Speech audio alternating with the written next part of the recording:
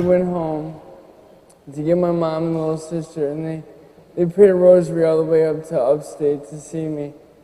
And he came out and talked to my mom, and he told her that there's no hope, Mrs. Flynn. Why try to save his life? She looked at him, and she just said, "You're not God.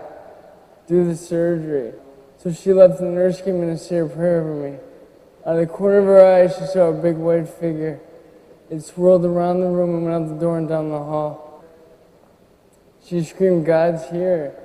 And for no explainable reason, all my vital signs started to go back to normal. Or I'm going to rehab 5, but that's scheduled 3 days. And that's extremely, extremely strenuous. But I found the strength to get through it, and I stayed true to my faith, and I prayed every single day.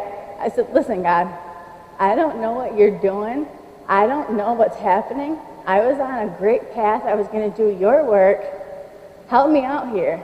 Help me out." I wasn't supposed to walk or talk ever again. I wasn't even supposed to speak again. So being up here is pretty impressive if you were one of my doctors that said that I wasn't supposed to do it.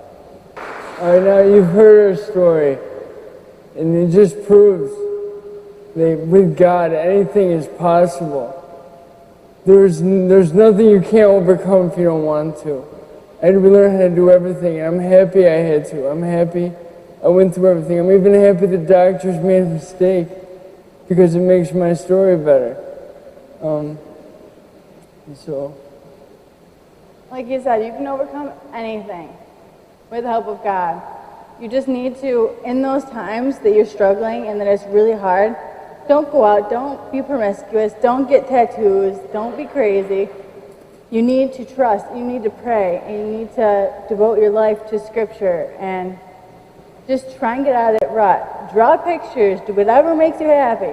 I didn't break one bone. You can't explain that stuff. And the doctors wanted to let me die. It would be better to put me in a room and let me die, because that's what is good for people. The rosary is powerful, and you know, I used to, before I was Catholic, think, you know, the rosary, why are they praying to Mary? Why are they worshiping Mary? Well, here's the thing. Catholics don't worship Mary. We venerate her. We hold her very, very high. You speak to Mary so that she can take your request to her son, because Jesus, he's a smart guy, and he knows, better than most of you probably know, he knows you don't deny your mother anything. So what you want, you ask Mary for, and she takes it to Jesus, and it usually happens. Not always in the way that you expect, but it happens. But just like the Newsboys song says, you have the power. You can change the world. So go out there, be pro-life, change the society the way it is today, change your futures, turn everyone around the opposite direction, and change the world. That's how you change the